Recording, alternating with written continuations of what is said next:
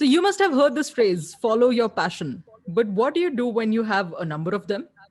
Today's guest is an actor, advertising agency owner, an advertising professional, screenwriter, writer, director, producer. He brews his own beer, is a barbecue chef, and also makes organic deodorants at home. You must all remember him from the movie Three Idiots, in which he portrayed a bully senior, and English Winglish, in which he played an adorable Tamilian trying to learn English. He runs his own advertising agency called People, which has celebrated its 11th anniversary recently, if I'm not wrong. And so, to know more about him and to know what new passion he has recently picked up since yesterday, I would like to welcome Mr. Rajeev Ravindranathan. Hi, Rajeev. How are you? Hey, hello. Hi. Hi, Amrita. I'm so glad we're doing this. It's been a while. Yeah. Yes, me too. So, how has your day been so far? My day has, my weekdays are just endless Mondays. Actually, Monday to Friday is all just one long Monday. So, yeah, it's been more Monday because it is Monday, I guess. So, yeah, yeah, that's the big change for me working from home. Mhm. Uh, Earlier, I used to be in a room in my office. Now I'm in a room at home. So, and yeah, there's very little time in between. So things take longer to do, even though, we don't have as much business as we used to as an agency, but whatever's on hand takes significantly longer to do. So it's been crazy learning experience. Coming to you and your story. When did you find out that you were suffering from MPD, that is multiple passions disorder? And did you find it from WebMD?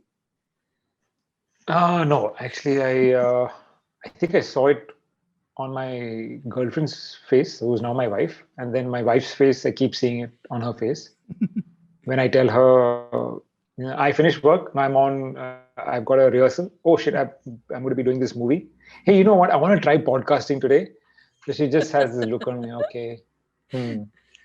I just don't forget family. Family. You remember us? We're around. That's when I realized, yeah, I, I just keep adding on.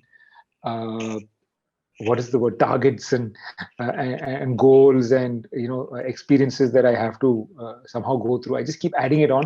Mhm. It's it's uh, it's an infliction, an affliction, sorry. And I yeah, it's also an infliction. I inflict this upon myself, but I don't seem to know a way around this.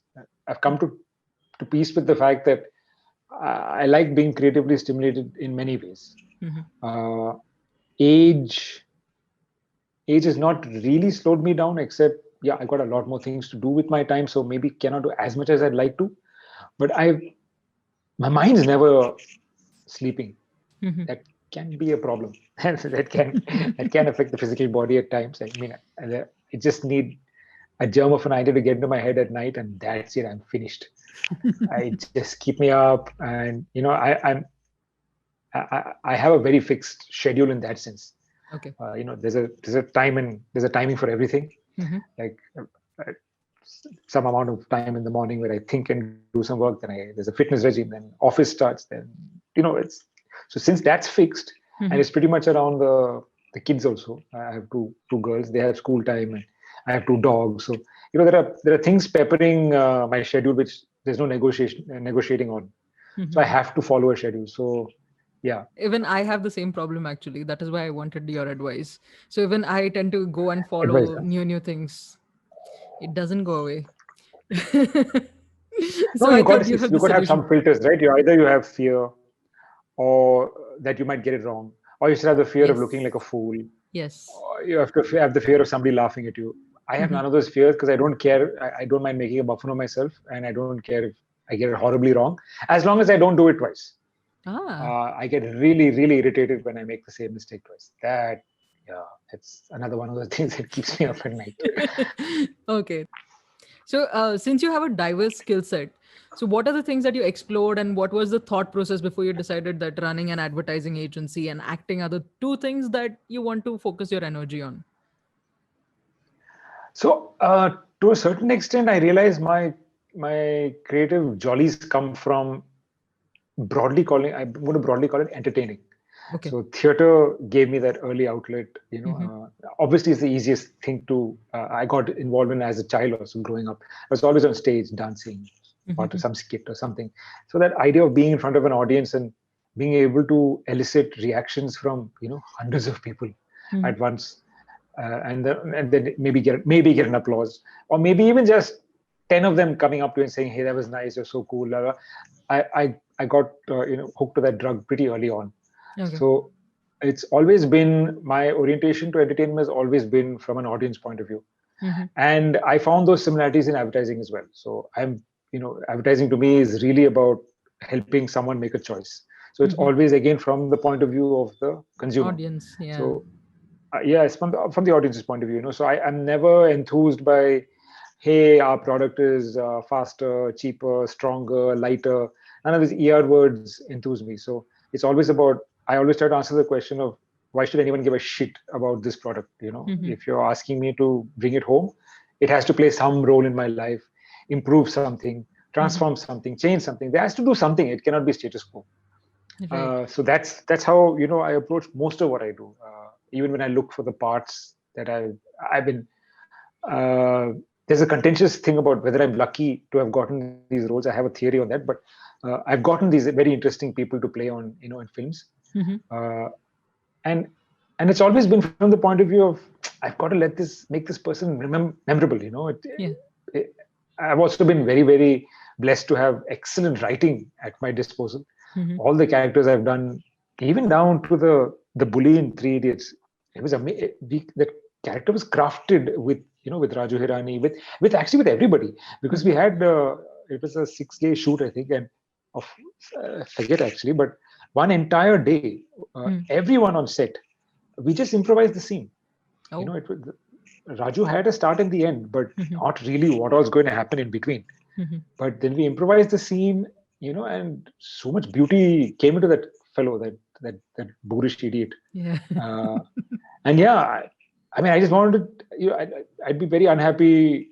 I keep joking with all the directors I'm still in touch with that, please cast me as a tree, a dog, a dead body, whatever you cast me, I'll come, because I also enjoy so much. I so enjoy being on a movie set. That it's the most chaotic place in the world, Mhm. but all that chaos transforming into like like a simple like a story at the end of it. Yeah. That's a thrill. I just love being on a set. So even though I say these things to people, I do really look for some memorability, something to make that character Mhm. real, empathetical, something. I need people to connect in some way. Otherwise, just hanging around on a movie set and being part of a scene or a movie doesn't really, Mhm. would it interest me as much. Because I still remember that scene from English to English, where you're learning the vowels. It's my favorite scene. Towel, bowel, Ayu. and ayo. Oh, I have So this is revisited it. the IO story. I've said a couple of times. See, that's what I say. The blessing of A, receiving great writing, and B, co-stars like Sridevi. If I think that was written for her, Mhm. or or it's something she spotted on the. She was just, you have these reset times in between scenes where lighting's being set. So we're all sitting in the classroom. It's a small Uh-huh. place. You can't help if you're going to think aloud. Somebody will hear you. And the next scene was AEIOU, and I Uh-huh. think Corey the professor was practicing writing Okay. it. And Shri ma'am just read and said, Ayo. And then she instinctively just said, Rama, you should say this. So then we decided to say it somehow without telling Gauri. So if you notice, that quip just comes in the end of the Yeah. scene before it's Ayo. I remember it Ayo. really Yeah. well. And it's very private. It's not, Yeah. It's not out it's loud. like a, Yeah. yeah, yeah. It's more like an So you'll see that a introspection. lot in that character. That meter just stuck with me. If you go back and watch the jokes that people tend to catch on, I always threw them at the end of the scene. And when I think Gauri was expecting a little bit of silence for the scene to settle, I thought I didn't expect even one of those to make it to the edit table, but yeah, she kept it all. So They that were became such nice. an integral part of the character. You can cut all of those off when the scenes work, huh? Yeah, yeah. they're all No, no, no, no, no, no. they're all But that IO part was like the most amazing thing. I have yeah. rewatched it. I have rewatched it like three, four times. I think most of my family members have. So that's definitely a favorite scene. I have English. rewatched it around three, four times for sure. Four times minimum. Nice. And mostly for Nice. your character. So yes, you have I made your mark. wish the producer was listening to all this. But yeah. It's going to go out there, so they might. I'll tag No, them. it's too late. Now, no point. If every time someone praised me, I got some money It would have been good actually. Yeah. Uh, I Being a should. part-time actor, you don't. That part of acting doesn't really come by. I keep reading about all these actors buying fancy new cars. Like, whoa, okay, But nice. you're doing a new movie, right? Rocketry, if I'm not wrong. Done, over, dusted. Done over. Yeah, my third collaboration with Madhavan. It's so strange the world is. Yeah, I mean, I do movies every year and a half, 2 years, and I've done three with him. It's so strange. There's Three Idiots. There's a movie called Vete, Vete, a huh? Tamil film, where I Yeah. decided I'm gonna ham my way through, like full on hamming. That character is like, oof. Anyway, and this now, so rocketry. Nice. Yeah, Maddie is very very keen that the film is released in a theater. That's Hmm. how he's conceived of it. So yeah, I don't know. We're waiting for I some know. amount of normalcy. That word, I don't believe in it, but yeah, some kind of what is the word? Status quo, so that Yes.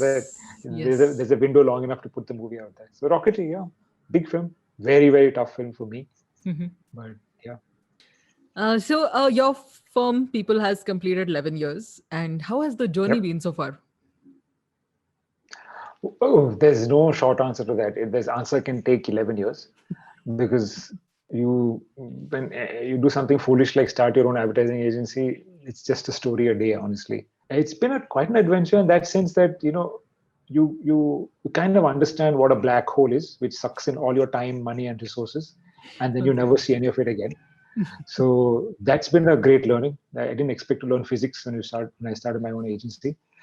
But the great thing is it's just being able to collaborate with so many kinds of people on in a totally holistic way, right? So Hmm. once you representing the company, you're involved in your client's business from top to bottom. Like yeah, I'm a extremely hands-on. I still write today to date. I've never distanced myself from being a copywriter. Hmm. I'm still a copywriter. I've acquired skills of strategizing. I've had to acquire skills of being a creative director as well along the way. Hmm. But at the end of the day, I'm right down there, and that's the spirit with which I've been able to assemble a team around me. I've had, again, blessed to find collaborators who believe and understand in this, who really enjoy and love advertising. Hmm. So that's been crazy. Just being able to assemble this family. A lot of people have come and gone, but a common friend Prashant is around. Hmm. A dear friend of mine from college now kind of heads the business side of our PG Santosh heads the business side of the company. Hmm. So yeah, it's been 11 years, and we're really this. The story of people is in its people. So we've been very true to our brands. Most of them have stayed with us a very long time. Hmm. ID Fresh Foods, we work closely with Mustafa for the last 8 years. Everything you see now on ID, it's packaging, it's everything is done by us. So it's a lot of pride, a lot of passion.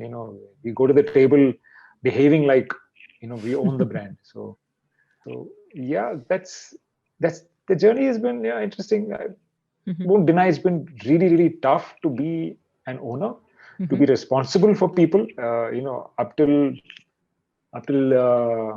some years ago, I just keep telling my biggest achievement was never delaying salaries by even one day, and that's really all I cared about.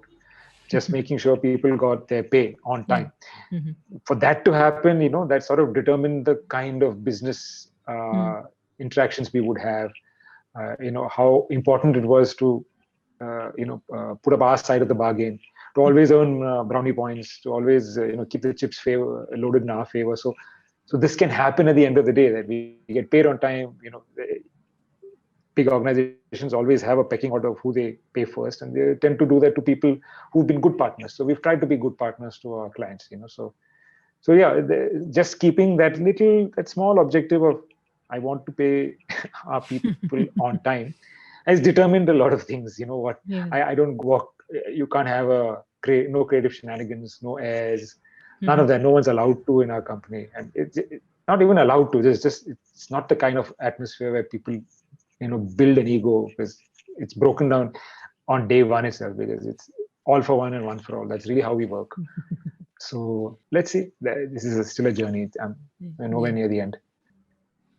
Yeah, we're in the digital era now. Yes, yes. I've been in advertising for 21 years, and Mhm. yeah, now for the first time in this 21 years, I'm more often than not hearing that we're a digital first brand. I was like, dude, I've been around for a while. No one ever told me I'm a radio first brand. I'm a newspaper first brand. These are all media.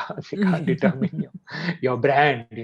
Right. If you're going on digital as a media, got it, yes, but you've still got to have a brand intact that has a certain tone and personality and rules, yeah, to a certain extent, the boundaries within which your identity is formed. Otherwise, I was speaking to somebody about digital media, more importantly social media. It's almost like, if an adult went to a 10-year-old's birthday party. I don't know why the adult's going there. It's my question to most brands who get into Because they social have media. kids. Because they But if have an kids. adult's going, yeah, possibly. You don't become a 10-year-old, no? Yeah. You still behave like an adult at the 10-year-old's party. That's my Correct. analogy for social media and brands. You don't go in and lose who you are and become whatever the people in that space are, right? You still Hmm. behave like who you are entering a space and figure out how to talk to them as yourself. Makes So sense. yeah, that's my analogy for. Of No, course, that makes nobody a lot of will sense because listen I to it. actually had this question for you. Because what do you feel is the difference in the audience, the way they receive the ads now and what it was 11 years ago? Because the attention span has reduced drastically, at least of the younger Yeah, generation. absolutely. So that's the space in which your brand has to compete. Number one, right? So Hmm. it's a it's just a scroll and that's it, gone. Your several dozen lakhs of production, whoop, gone. 6 months of research, endless scripts, just gone in one swipe of a finger. And of course, you could come back on that swipe, but it'll take a lot of effort for someone who swiped past you to stop at you the second time. Unlike how it used to be in captive media, right? When you were on television, you're watching something else, and I will come in there before you can switch the channel and tell you what we will tell you and leave. Or in most cases, you can't even. There's nothing to switch to. There used to be in between. There was a concept of media blocking. What was the name of that? Where every channel that Hmm. say if I'm a Star World English channel watcher, they'd go after all the movie channels, all the other English channels, and then approximately around the same time, the same ads playing everywhere. So even if you flip channels, Ah, you're watching the same damn thing. That yeah. used to happen for a while. You know, Uh-huh. you don't have that now. Now your media, like you said, attention is fleeting. Hmm. Uh, you just have to imagine, like your consumer is now a moth flying in a room of many different bright bulbs. Which one is he going to go and sit on for how long? So maybe you need to flicker differently. You need to be slightly different color. But make no mistake, your consumer is a moth now. He's been cultured and nurtured to be a moth by all the other bulbs in the room. So all those other bulbs have sort of fashioned this guy with very limited attention span. So hey, what are you going to do? You still have to sell. He still has to buy. I see brand loyalties have reduced quite a bit. Hmm. It's slowly coming down to there's deal loyalties now. If you're offering me some sort of incentive or some sort of discount, I tend to accept who you are, where you're from, a lot more readily than a brand that doesn't. Hmm. Uh, yeah, but that's the space. I think the responsibility is even higher on a brand now. Hmm. And I say responsibility, not so much the task. I say responsibility because this is a consumer is even more confused than before, and even more desperate in need of help to make a choice. Hmm. So if a brand looks at social media from that point of view, and not just not look for the gaps in his attention that you can occupy, but more about what is that state of mind that is Yeah. so fickle minded and scrolling so fast. What is this unsettled mind looking for? Maybe we can, hey, there's a pun. I mean, sorry, I didn't mean to relate it back to the to the name, but yeah, help an unsettled mind settle down a bit. Yeah, that's how I would request brands look at advertising. Otherwise, it's an onslaught. Yeah, and Yeah. it's just the game of choices. It's Russian roulette. You really don't know which one is going to stop on and why. There's no timing. People Yeah. watch. There was a time for leisure. You stop to watch TV at a certain time. Now one of my windows is bound to be Netflix or Prime or whatever. In between work, there's entertainment being consumed. So what state of mind are we talking about? That's This true. That's true. stressed, seeking, insecure, ignorant, stressed. Where is the brand going to step in here? So consistency is really important, which most people don't believe in anymore. Uh-huh. So saying the same thing over and over again in maybe different ways, but Some way, saying the yeah. same thing, standing for something is so critical, but people don't believe in it anymore. Mm-hmm. There's the whole concept of A/B testing, right? Mm-hmm. Put out a message in totally different ways. Like one tone will be, empathetic and friendly. One will be rude and, almost like a headmaster reprimanding a consumer. Totally different tones. Advertising goes out and let's test. It's like, do you need to test whether a slap will hurt somebody or a caress will hurt somebody? Which do you think is likely to work? Right. So yeah, don't make me start talking about digital and social media. Whatever little businesses we're getting from these, people seeking these new media, that also will go. Yeah. People will become person the next time we talk. So Oh yeah. God. Okay. Okay, so in your TED talk, you mentioned that you had creative discontentment initially. So is that still there, or have you managed to get through it? No, that's permanent. I realize. I don't think. I think it'll vary in intensity, but that's the thing that keeps you moving forward. And it's not just me. I think people who really love what they do Mm-hmm. can never be happy with what they're doing at any given point in time because they always believe there's a better way to do it.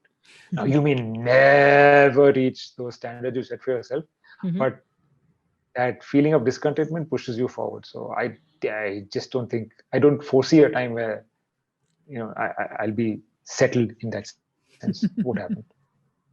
Right. So unsettling is getting plugged in so many times. Thank you. There you go. There you go. What is how much you're paying me every time I say it? Yeah, I'll send you a check. Does it have to be Okay. on record? No, you can erase that bit of Yeah, the done, podcast. done. I'm not getting paid for this podcast. Code of ethics. I'm not getting paid for this podcast. That's pretty much how the rest of my life goes. I don't get paid for anything. Even I'm not getting paid for it, so it's okay.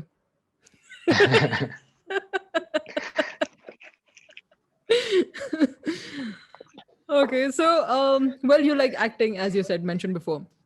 So, which is your favorite role, and do you prefer being on stage or in front of the camera? Mm, no, I think I enjoy both the same because the responsibilities are so different. Unless I'm directing myself in front of a camera, which I'll never do. I have done and I'll never do again. So yeah, the jollies I get from creating behind the camera are totally different. Mhm. Again, very hands-on. I used to run a production company along with people. Then all of us went mad. But in 4 years, we did so much work. I think that's why we went mad. But couldn't handle both the advertising agency and the production company because we used to make film safe for our clients, and then I'd go into a meeting and they'd say, "Wait a minute, who's meeting us today? Is it the writer? Is it the strategist? Is it the creative director? Is it the director of the film? Is it the guy who acted also in the film that he wrote and directed? Who's the guy in front of us? We need to know who we're talking to." Then I realized, okay, everyone's getting confused. Yeah, I need to wear a couple of hats, not so many. Mhm. So that didn't work out. But yeah, creating from behind the camera is a different trip. It's you have to create the reality you see. When you're an actor, you're stepping into someone else's reality. The vision is there. Mhm. You're part of that piece. But from behind the camera, everything has to be birthed by you, so to speak. Mm. So that is a different level of hard work. Mhm. Um, I'd like to do more of it, but really, again, it just comes down to time, which is the main reason I stopped producing and directing ads because too much. It's world creation. Everything Mhm. has to be figured out, and then you realize that time's just not there for the kind of intensity you'd like to approach that process with. So I had to stop. Mhm. I enjoy both. I like being an actor. Mhm. I like being an actor because you can play with people on set. You can. It's I like that idea of collectively creating something. So that's fun. Theater, to a certain extent, offered me everything. I was able to create with people. Mhm. I've done a solo play which is 2.5 hours where I played some 25, 30 characters. Mhm. So I put myself through that torture as well. So yeah, I think acting. I'd have to say if I had to choose, it's acting. Though, though increasingly, I believe I just have some idea of the future, I believe I will end up becoming a director on an ongoing basis. I'll probably that will become how I earn my keep. I hope. I want to start with writing, so I'm writing some stuff to see. Okay. Coming to almost the end of it. So, what are the lessons that you learned from your experience which you would like to pass on to the listeners? Oh, so which experience? I don't know. If I start, I Anything say that you. I don't give lessons to anybody, but I'll just have you be wary about certain things. Mhm. Don't believe in this thing about you need to be lucky to make it big. I think luck is this wonderful energy just floating around, Mhm. but it doesn't land in just anybody's lap. You need to be forever inquisitive. You need to be seeking luck out. Mhm. You need to want to do something with that luck. So then luck finds you. Otherwise, it's not this that suddenly some guy got lucky and became a filmmaker. There's no such thing. That person was already a filmmaker, struggling to make a film. One day had a moment of inspiration, wrote a fantastic script, struggled to make that script, and then got lucky because I don't know. Amir Khan was bored and read the script somewhere. I said, "Heck, I'll do your movie." That's the kind of luck that works for someone seeking out that luck. So Yeah. luck isn't it. You really need to work extremely, extremely hard. Your mind has to be curious at all times. You must have a very fine-tuned shit meter, Mhm. at least for yourself, so you don't veer too far away. Look, advertising, filmmaking, Mhm. it's just so much compromise you have to make. You have to make, and anyone who tells you that stick to your principles, don't make compromises, is lying, because either you have to be the person putting in the money, producing it your money, so you have lots of it, and then it doesn't matter what you put out there. But most of the time there are limitations, so you're Yeah. going to make compromises, but make the compromises work. Enjoy the limitations is what I'd like to tell people. Mhm. uh, and yeah, if the only way you know if you can or can't do something is to go ahead and do it. I Agreed. my clients listening to this right now, they'll be like, who is this guy talking about positive energy? We don't see him at our meetings. He's forever fighting with us on every single thing. What is he drinking? We must have him drink it before our meetings. Please, somebody find out. Yeah, that's the conversations that's going to happen when people hear this podcast. But yeah, yeah, I think that's what's going to happen. Yeah.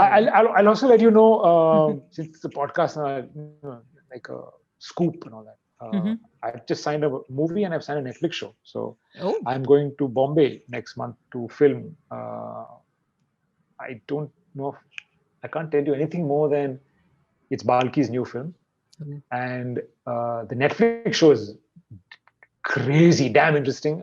Again, I can't tell you too much more about it except superb star cast. I think all of these, because we're going to start filming the Netflix show in September, so everyone will start hearing about it in August. Balki's film you'll hear about as soon as I get on the set. There'll be one selfie with the co-actor. That has to happen. Right. I'm back, bitches. I'm on set. I swear I can't wait. I've just been missing being in a creative. I've been so scared. Someone in my family's ill, who so I can't really expose myself. They've not been vaccinated yet, so that's been a massive, red flag for me. Yeah. But yeah, I just figured I've taken 2 shots now, so at least I'm safe. I won't fall sick and trouble people by going to the hospital, hopefully.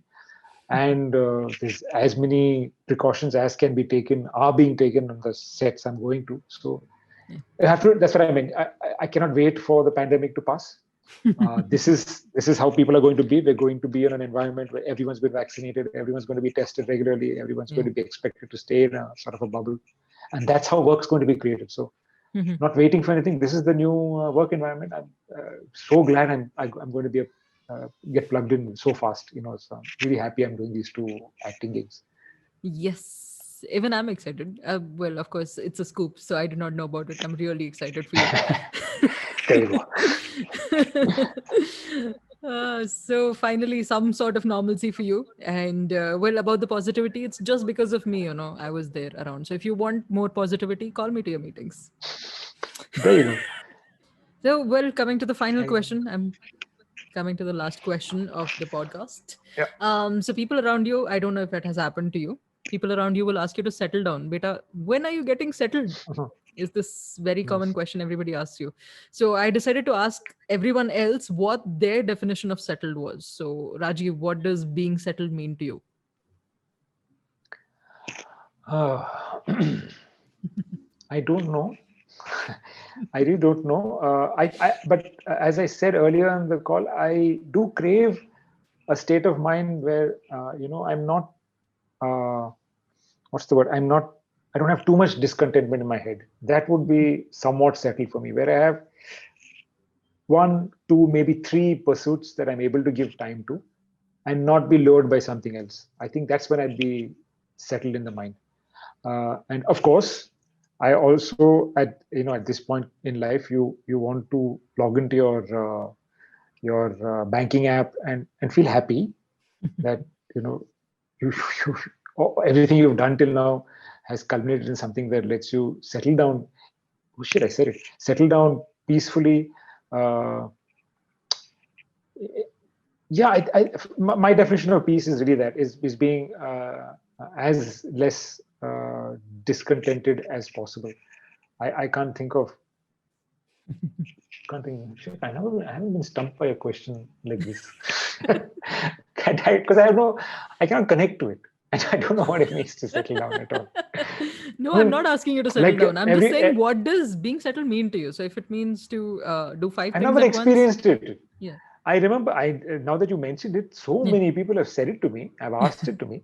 Get married and settle down. Marriage has not been settling down by any stretch of imagination for me. Uh, get a job and settle down. You do not settle down after you get a job. In fact, Yes. your entire life goes upside down after you get a job. Set up your own place. Then you make enough money to settle down. Ha! That's not happening. Not happened. I don't see it happening soon either. So cannot relate to this concept of a person who has so much who either has achieved so much nirvana or achieved so much money that he doesn't need to get up in the morning and do something. So I get up in the morning and think I have to do five things. If I can pare that down to two things and still be happy, I'd say I'd have settled down. Yeah, that's my idea of being settled down. Great. As long as you're happy with what you're doing and maybe you enjoy doing five things at once and that gives you joy, that's being settled for you. And I hope you keep doing those five things. I need to keep the sanity around about me as well. Yeah, that's the Yes. challenge. Yes, yes, you shall. So thank you. This has been an interesting conversation. You've spoken so much about starting up and doing so many things, finding your journey, finding your path, being creative at the same time, being sane, which is very important. So thank you so much for this conversation. Thank you so much for taking time out of your life and doing this with me. No, Is thank you. Thank you for actually following up and making sure we do this because yeah, I'm like that. I very inadvertently forget to keep in touch and follow back up with people. So thank you so much. I very enjoyed this quite a bit. Thank you. Yes, me too. Hi, if you can hear this, that means you have reached the end of the episode. So, like, share, subscribe, follow, stay tuned to Unsettling. And if you want to get in touch with me, you can always reach out to me on my Instagram page, Amrita Sukumar _unsettling, or send me an email on podcast.unsettling.as@gmail.com. Hope to hear from you soon. Bye.